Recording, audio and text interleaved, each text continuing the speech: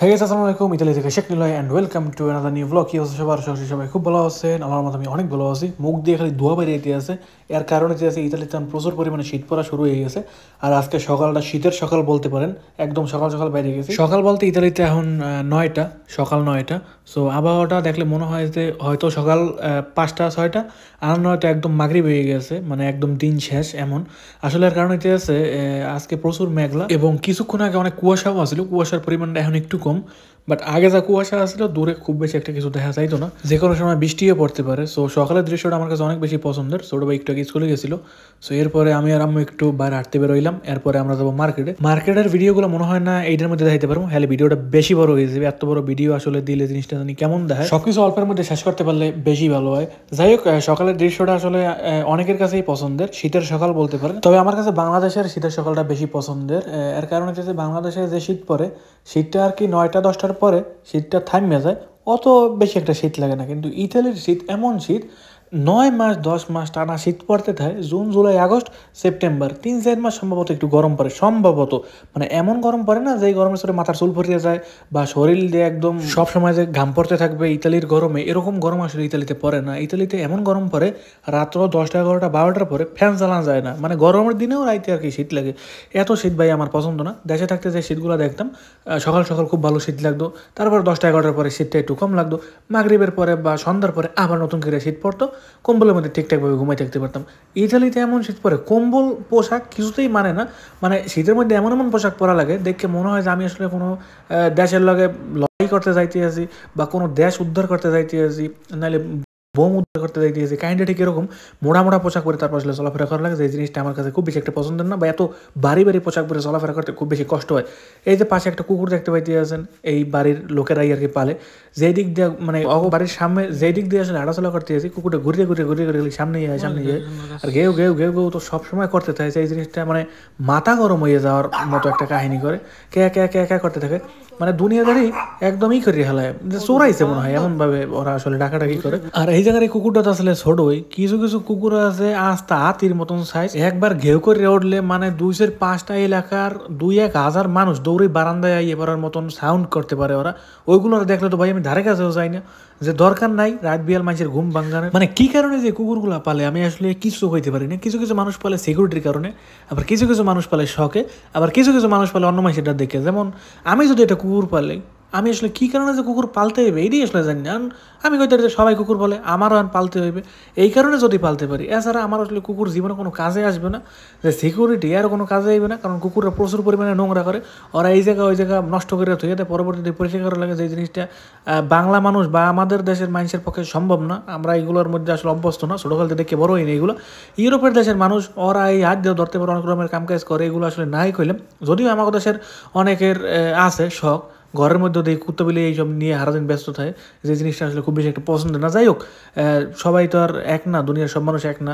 তাইলে আসলে একটা করে কালার হইতে হাজার হাজার কালার আছে, সবাই আসলে যে এক জিনিস পছন্দ করবে এরকম না। বাট আমার ব্যক্তিগতভাবে এই কোনো প্রাণী পছন্দ হয় না।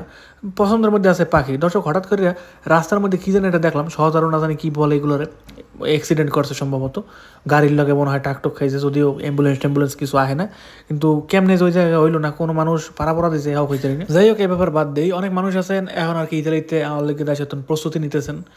নতুন করে অনেকেই আইতে আছেন ইতালিতে বিভিন্ন বিষয়, যেমন এগ্রিকালচার বিষয় বলেন, তারপরে ট্যুরিস্ট বিষয় বলেন, যে যে বিষয়ে ইতালিতে আসেন না কেন, অনেকে দেশের তো আর কি পোশাক টোশাক কিনে তারপরে ইতালিতে লই যায়। আসলে আমাদের দেশে যা শীত পড়ে, ওই শীত অনুযায়ী বাংলাদেশে পোশাক বিক্রি করে। সো ওই শীতের পোশাক যদি কোনো কারণে ইতালিতে এনে ব্যবহার করেন, আমি কমো যে শীতের শুরুতে এবং শীতের শেষে এগুলো ব্যবহার করতে পারবেন। বাট শীতের মধ্যে যেটা কঠিন শীত পড়ে, এই শীতে এককালে হাড় পর্যন্ত শক্ত বানাই খেলায়, ওই শীতের মধ্যে আসলে দেশের পোশাকগুলো ব্যবহার করতে পারবেন না। অনেকে আছেন একদম শীতের শুরু এবং শীতের শেষের লিগে আর কি পোশাক সব লই হ্যাঁ, শীতের শুরু এবং শীতের শেষের লিগে পোশাক আনার কোনো দরকার নাই। এই 8-10 মাসের পোশাক আসলে দেশে তো নিয়ে কুলাইতে পারবেন না। 2-1টা যদি পছন্দ হয় তাহলে নিয়ে আসতে পারেন, যে নর্মালভাবে আসলে ব্যবহার করতে পারবেন। বাট কঠিন শীতের লেগে ইতালির পোশাক ইতালিতেই পাওয়া যায়। যদি দাম বেশি হয় অন্য মার্কেট খুঁজতে পারেন, যদি অন্য মার্কেটের দাম বেশি হয় অন্য একটা মার্কেট খুঁজতে পারেন। ইতালিতে সব মালের দাম যে একদম সবসময় হাই থাকে, কাইন্ডটা ঠিক এরকম না।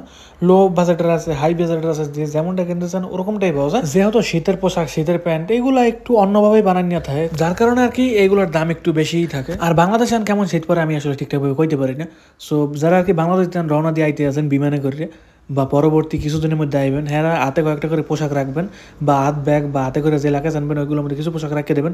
ইতালি এয়ারপোর্টের নামার সাথে সাথে ওইগুলো পড়তে হইবে, আর নয়তো কিন্তু বাইরে যাওয়ার পর কিন্তু কাপা কেমন লেগে যাবে। যে আপনারা নিতে আইবে হে যদি সাইজ মতন আপনাদেরকে পোশাক আনতে তাই ঠিক আছে, আর যদি সাইজের তো কম বেশি হয়ে যায় তাইলে আসলে কিন্তু আপনার পড়তে অনেক ঝামেলা হইতে পারে, হঠাৎ করে কিন্তু পোশাক আশাক পাওয়া যাবে না এয়ারপোর্টে। সো কিছু সময়ের লেগে হইলেও কয়েকটা পোশাক হাতে করে লই আইবেন, যাতে করে এয়ারপোর্ট বাইরে লগ পড়তে পারেন বা নিজের সেফ রাখতে পারেন। কারণ সামনে ডিসেম্বর, জানুয়ারি, ফেব্রুয়ারি এই মাসগুলোতে এতটাই শীত করবে, সাধারণ কোনো পোশাক আসলে রাস্তাঘাটে ব্যবহারের জন্য ব্যবহার করতে পারবেন। কিছুদিন পরে এমন এমন ভিডিও দেখাতে পারবো যে ভিডিওগুলো আসলে বছর অন্য কোনো সময় দেখাতে পারবো না। রাস্তার মধ্যে পানি জমে থাকবে, ওই পানিগুলো থাকবে বরফ হয়ে। সো বুঝতেই পারতেছেন যে আমরা মনে হয় ডিপ ফ্রিজের মধ্যে চলাফেরা করতে চাই।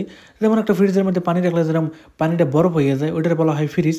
সো রাস্তার মধ্যে যদি পানি তুলে এই পানিটাও যদি বরফ হয়ে যায়, তো এটারও তো এক প্রকার ফ্রিজই বলা যায়। তো ফ্রিজের মধ্যে চলাফেরা করতে হলে কী পরিমাণ শরীরটা গরম রাখতে হইবে, এই জিনিসটা ভাবিয়ে চিন্তা আসলে সবাই চলবে। আর আজকের আবহাওয়াটা অনেক খারাপই পাওয়া যায়, মানে আস্তে আস্তে দেখতে পারতেছি যে মানে গভীরের দিকে যাইতে আছে, আকাশ আর অন্ধকার করে যাইতে আছে। কিছু সময়ের মধ্যে সম্ভবত বৃষ্টি আইবে, কারণ তাপমাত্রা আবহাওয়া এরমই কিছু কইতে আছে বা অ্যাপসের মধ্যে যে জায়গায় আর কি তাপমাত্রা দেয় বা আবহাওয়া সংক্রান্ত যত রকমের কথা আছে ওইগুলো কয়।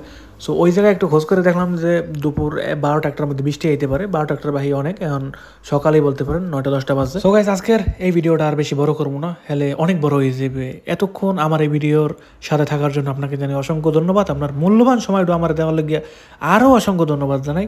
যদি ভিডিওটা ভালো লাগে লাইক করতে পারেন, যদি কিছু জানার থাকে কমেন্ট করতে পারেন। যে পরিমাণে ভালোবাসা দিয়েছেন, যে পরিমাণে সাবস্ক্রাইব করছেন আমার এই ইউটিউব চ্যানেলটারে, আসলে ধন্যবাদ দিয়ে কেউ ছোটো করতে চাই না। এই ভালোবাসা থাকবে চিরকাল, কখনোই ভোলার মতন না। আজকের এই ভিডিও এই পর্যন্তই। এই ভিডিওর মধ্যে যদি কোনো রকমের ভুল ত্রুটি করে থাকি অবশ্যই ক্ষমা করে দেবেন আমাকে। ভালো থাকবেন, সুস্থ থাকবেন, নিজের খেয়াল রাখবেন। বাই বাই সবাইকে।